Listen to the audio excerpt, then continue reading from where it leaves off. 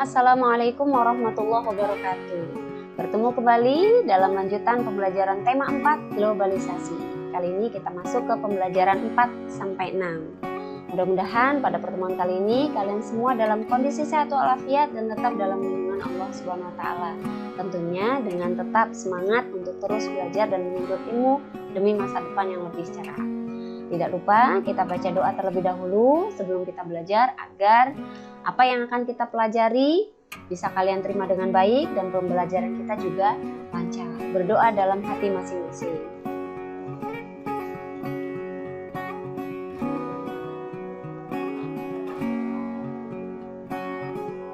Baik, kita lanjutkan. Masuk pada pembelajaran 4. Ayo membaca. Membaca teks tentang globalisasi. Globalisasi berasal dari kata global, artinya dunia. Dan globalisasi berarti mendunia. Ini artinya dunia yang begitu luas dan jarak antar negara tidak menjadi halangan untuk bisa saling berhubungan. Kemajuan teknologi dari hari ke hari berperan penting dalam terciptanya proses globalisasi. Nah, di buku kalian terdapat juga sebuah teks bacaan yang berjudul Globalisasi di halaman 28. Globalisasi adalah sebuah hal yang pasti dan tidak bisa diterbantahkan. Jarak saat ini bukan lagi suatu penghalang bagi manusia di seluruh dunia untuk saling berhubungan dan berinteraksi. Apa yang biasanya ada dan khas di suatu negeri bisa saja sekarang ada di negeri yang lain. Seperti yang tampak pada gambar di samping, digambar di buku kalian di halaman 28. Di situ ada gambar pura. Yang kita tahu, pura itu adanya di Bali sebagai bangunan khas Indonesia. Ternyata di luar negeri juga ada pura. Nah, ini tadi wujud adanya globalisasi. Yang biasanya tidak ada, yang biasanya menjadi khas di negara lain, sekarang ada di negara kita sendiri. Terutama tadi ada contohnya Bali. Pura khas Bali. Pura khas Bali juga dibangun di daratan Eropa, yaitu di negeri Belgia. Namanya Pura Agung Santi Buana yang berlokasi di Taman Wisata Pairie Daiza di kota Bruegel, Belgia. Nah, artinya apa?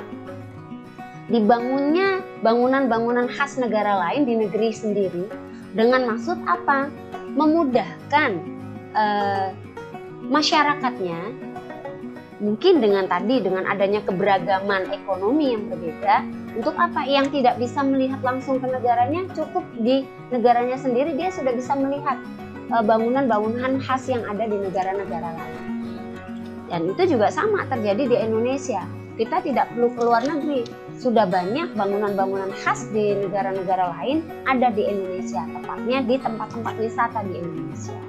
Kalian bisa dan pasti sudah pernah menuju ke sana, ke salah satu tempat yang ada di Indonesia. Nah, nanti kalian baca teks di sana di halaman 28. Setelah kalian baca dengan teliti dan seksama, bersama keluarga kalian diskusikan pertanyaan-pertanyaan yang ada di halaman 29. Di antaranya, mengapa globalisasi itu tidak bisa dihalangi? Kemudian yang kedua, di benua manakah letak negara Belgia? Yang ketiga, apakah pura? Yang keempat, apa nama pura yang ada dalam teks? Dan 5, siapa yang memprakarsai pembangunan pura tersebut? Jadi dibangunnya pura yang ada di negara Belgia itu ada yang memprakarsai atau ada yang mencetuskan. Nah, siapakah yang mencetuskan? Oke, kita lanjut ke materi berikutnya. Ayo mendiskusikan soal tentang keberagaman ekonomi tadi. Adanya bangunan yang khas di negara lain sekarang ada di negara kita. Salah satu adalah karena sebab keberagaman. Dan keberagaman apa? Di antaranya adalah keberagaman ekonomi. Tentunya dengan ekonomi beragam, tidak semua masyarakat atau manusia yang ada di dunia ini bisa berkunjung ke negara-negara yang lain. Nah, dengan demikian, negara tersebut memfasilitasi masyarakatnya untuk apa? Tidak perlu mereka jauh-jauh ke luar negeri. Cukup di negara sendiri, mereka sudah bisa melihat bangunan-bangunan khas yang ada di negara-negara lain. Nah, berkaitan dengan keberagaman ekonomi. Keberagaman ekonomi, ya. Keberagaman pengertiannya sama seperti keanekaragaman, yaitu bermacam-macam dan banyak. Dalam arti luas, keberagaman adalah suatu kondisi dalam masyarakat yang terdapat banyak perbedaan dalam berbagai bidang di Indonesia. Perbedaan tersebut terutama dalam hal suku bangsa, ras, agama, keyakinan, ideologi politik, sosial budaya, ekonomi, dan jenis kelamin. Keanekaragaman yang dimiliki bangsa Indonesia merupakan kekayaan dan keindahan bangsa. Nah, tentunya dengan adanya keberagaman ekonomi, orang akan berpikir apa yang harus saya lakukan. Dengan adanya keberagaman ekonomi, tidak semua orang kaya dan juga tidak semua orang miskin. Lalu bagaimana dengan mereka yang tidak mampu? Apa yang harus kita lakukan bagi mereka-mereka yang mampu? Apa yang harus kita lakukan? Nah, tentunya adanya keberagaman ini menjadi sebuah hal yang indah. Indahnya berbagi, indahnya saling menghargai, indahnya saling menghormati. Artinya keberagaman bukanlah sebuah masalah, tapi keberagaman merupakan sesuatu yang indah. Nah, di buku kalian di halaman 30 juga ada terdapat teks ya. Nah, ini gambarnya nih. Dilihat. Nah, ini tadi keberagaman ekonomi. Ada yang kaya, ada yang tidak mampu. Ada yang mampu, ada yang tidak mampu. Apa yang harus dilakukan dengan orang yang mampu? Berbagi dengan mereka atau orang-orang yang tidak mampu. Kenapa? Karena mereka memiliki kelebihan rizki dibanding mereka yang kurang mampu. Nah, setelah memahami tadi tentang keberagaman ekonomi, kalian bisa jawab juga pertanyaan di halaman 30. Mengapa keadaan ekonomi setiap orang berbeda? Kemudian yang kedua, apa yang mempengaruhi keadaan ekonomi setiap orang? Nah, tadi. Jadi adanya keberagaman ekonomi karena tadi ada keberagaman pekerjaan juga. Dan setiap orang bekerja memiliki keberagaman keberuntungan. Ada yang memang betul-betul beruntung, ada yang memang kurang beruntung. Nah, ini. Ternyata yang namanya beragam itu dalam berbagai hal semuanya ada keberagaman.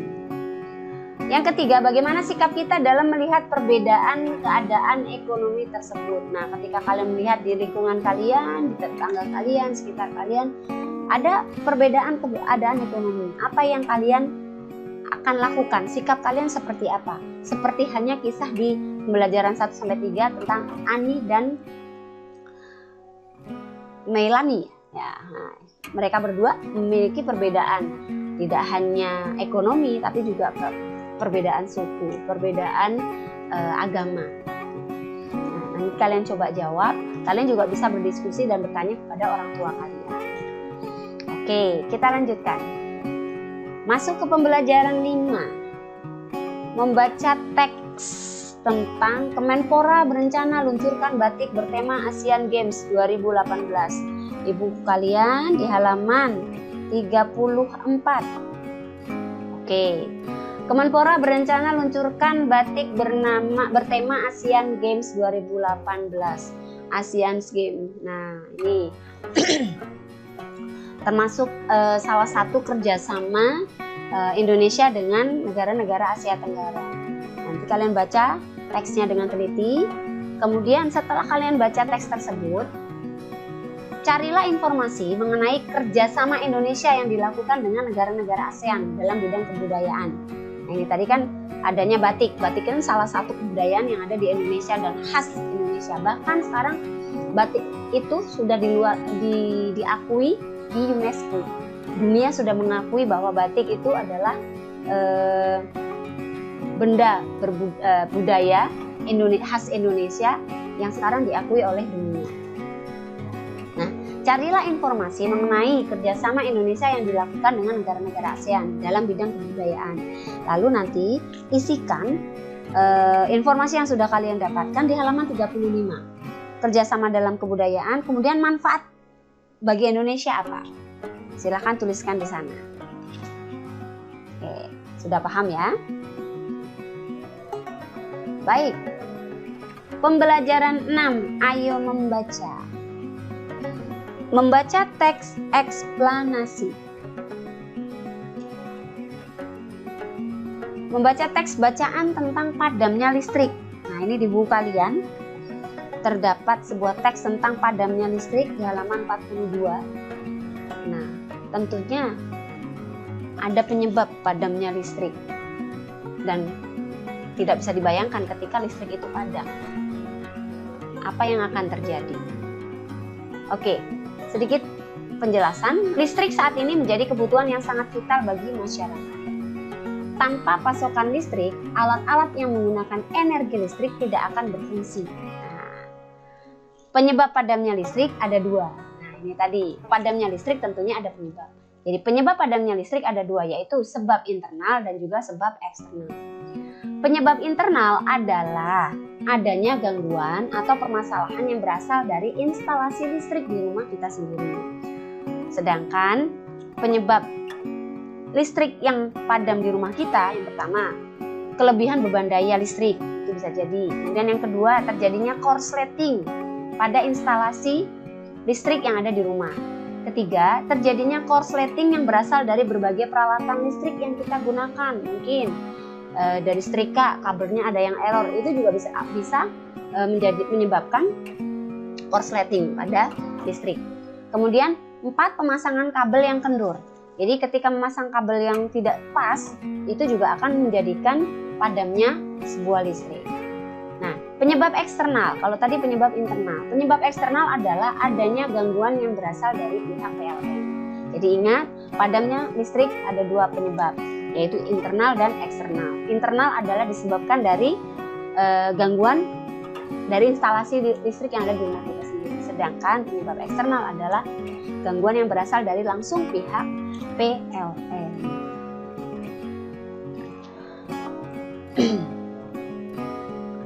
Oke, kita lanjutkan membaca teks dialog dan memperagakannya. Nah, kondisi kita masih seperti ini ya, jadi agak sulit untuk kita melakukan peragaan.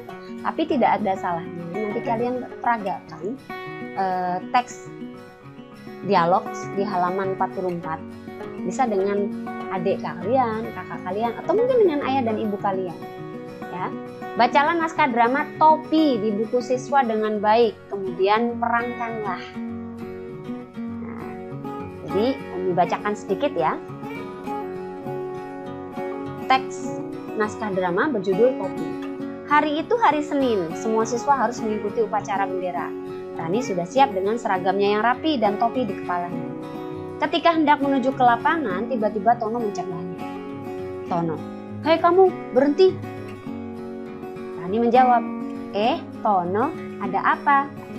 Hari ini aku tidak membawa topi untuk upacara. Aku pasti akan dimarahi oleh bapak guru. Kok bisa? Wah, kamu memang selalu seperti itu. Kemarin-kemarin kamu juga tidak membawa topi.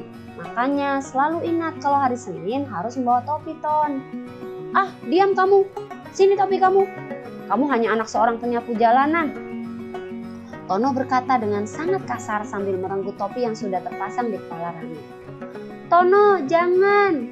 Rani menangis sesenggukan karena topinya diambil paksa oleh Tono. Kemudian ibu guru mendekati Rani yang sedang menangis sesenggukan. Rani, kamu kenapa? Ibu guru mendekati Rani sambil membelai rambutnya. Tono mengambil topi saya, Bu. Terus mengatakan dengan kasar, katanya saya hanya anak seorang penyapu jalan. Ya ampun. Tono sampai hati berkata seperti itu. Baik, nanti ibu yang akan beri nasihat kepada Tono. Sekarang kamu ikut upacara saja ya. Nanti ibu pinjamkan topi. Ibu sudah bilang berkali-kali kalau kita tidak boleh saling mengejek. Terima kasih, Bu. Nah, itu sedikit contoh bagaimana kita berdialog atau melakukan dialog sebuah teks drama. Tadi silahkan peragakan dan tirukan, perankan dengan saudara kamu, keluarga kamu, bisa dengan ayah dan ibu kamu. Kalian bisa minta bantuan atau mungkin dengan teman di rumah kamu, di lingkungan kamu. Kamu suka main atau biasa main dengan siapa? Nggak apa-apa, ajak saja. Ya, peragakan, nanti akan ditanyakan, sudah diperagakan belum? Sudah diperankan belum naskah drama yang ada di halaman 44? Oke, semangat ya. Nah, setelah kalian melihat pemeranan drama sederhana tersebut, nanti diskusikan. Lalu jawablah pertanyaan yang ada di halaman 44 sampai dengan 45. Bagaimanakah watak Rani dalam drama tersebut? Yang kedua, bagaimana watak Tono dalam drama tersebut. Yang ketiga, bagaimana watak ibu guru dalam drama tersebut. Yang keempat, bagaimana sikap Tono kepada Rani. Apakah kamu setuju dengan sikap Tono yang dia lakukan terhadap Rani? Dan yang kelima, bagaimana seharusnya menyikapi perbedaan keadaan ekonomi keluarga kita masing-masing. Masih tadi, keragaman ekonomi. Untuk pertanyaan nomor 1 dan nomor 2, hindari kata baik. Baik itu relatif, baik itu banyak, baik itu seperti apa? Ya, yang kamu maksud baik, misalnya watak Rani dalam drama tersebut apa? Baik. Baiknya bagaimana? Bagaimana watak ibu guru dalam drama tersebut baik? Baiknya seperti apa? Beliau seperti apa? Beliau itu bagaimana? Ya, dijelaskan dengan rinci. Tidak terasa sudah selesai pembelajaran kita kali ini. Terima kasih atas perhatiannya.